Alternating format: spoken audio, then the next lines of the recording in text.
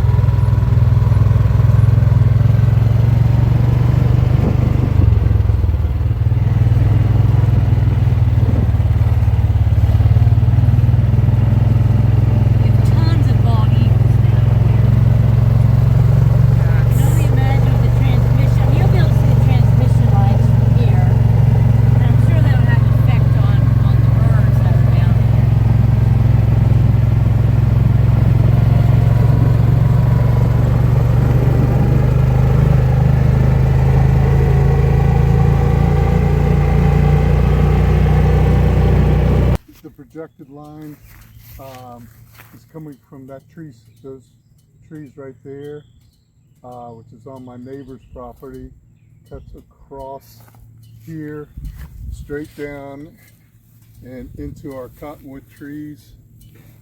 And as soon as it gets to the cottonwood trees, it veers left and follows the old 1800s road that came into Shannon Hill and cuts across my neighbor's backyard and into Grant Davies. Wow.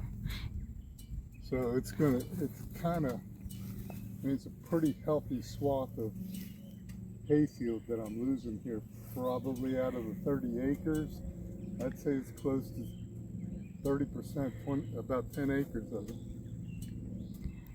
How do you feel that's going to affect your family? Oh, it's going to greatly affect our ability to feed our horses. Given this year, with the lack of rain, we barely got one cutting of hay, which limits our ability to feed the horses over the winter. We actually have to purchase hay sometimes to feed all our horses. With losing 30% of my hay field, I'm going to be forced to purchase more and more hay. And with the purchasing of more hay, in future, because this is a for the Valley North project anyway, what in the future, how do you foresee that working out for you guys and your family? Well, limits our finances. Okay. I am retired. I just retired from FEMA. So I have limited income. It does cut into our income flow. It's going to cause a little bit of an economic hardship.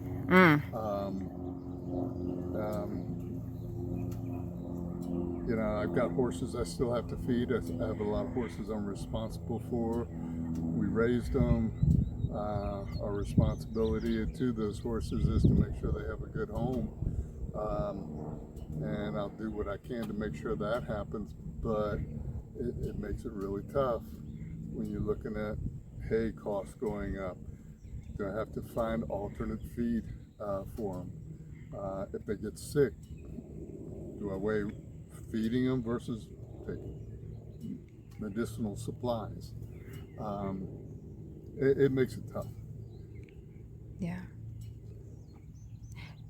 And with that then too, I would imagine that affects your personal life?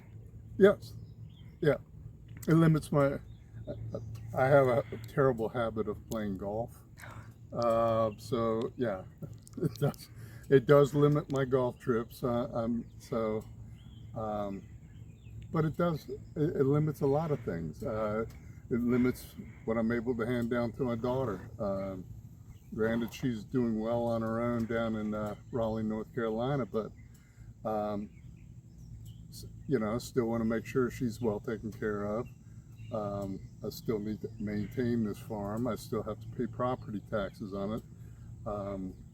So yeah, the extra income is not there. Is this how you imagined this season of life being for you? No, I thought it was going to be pretty simple, pretty easy. Kick back, ride my tractor around, cut some hay, mow, help Lisa with her kennel, get in and around to golf with my buddies every once in a while. But no, it does. This is going to put a little bit of a damper on my future.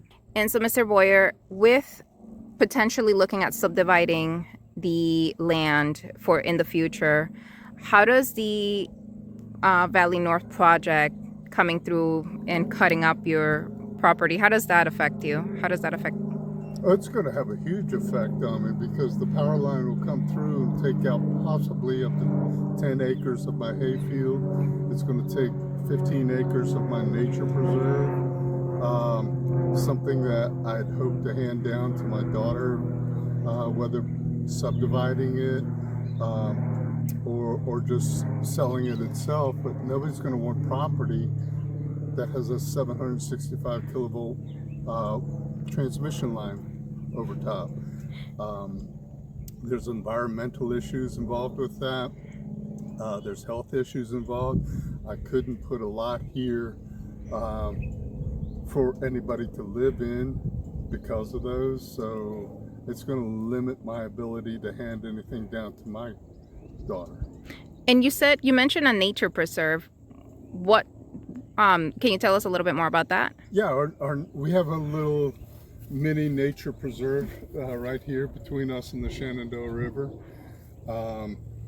My wife has carved out some paths through there. She rides her horse.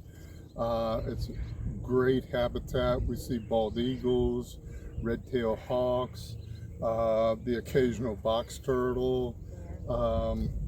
We've had sightings of bears across our property, fox, coyotes, rabbits, squirrels, the whole 9 yards.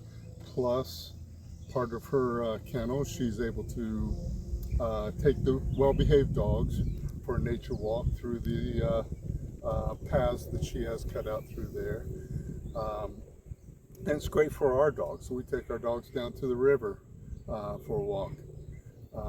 They love it. It's their feeling of freedom. How long have you guys been in this property?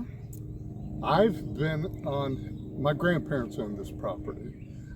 They bought it late 30s, early 40s. My grandmother grew up across the street. My great-grandfather's farm was right across the street, and they bought this from the Rouse family in about the late 30s, 1930s, early 1940s, so coming up on 100 years. Wow. So this is home. This is home. This is home. Ever since my dad got out of Vietnam, this is where I've lived. Wow. And has there been, like, when it comes to this property, is it what you envisioned it? That part, my house, the land that my grandmother gave me, is exactly how I envisioned it. The extra of adding the hayfield, the 15 acres, plus the river lot is icing on the cake. Never envisioned that I'd have a piece of that, but I inherited that. And it is my piece of heaven. I also feel like I'm living in a John Denver song because I've got the Blue Ridge Mountains and the Shenandoah River right here. That's beautiful. It's beautiful out here.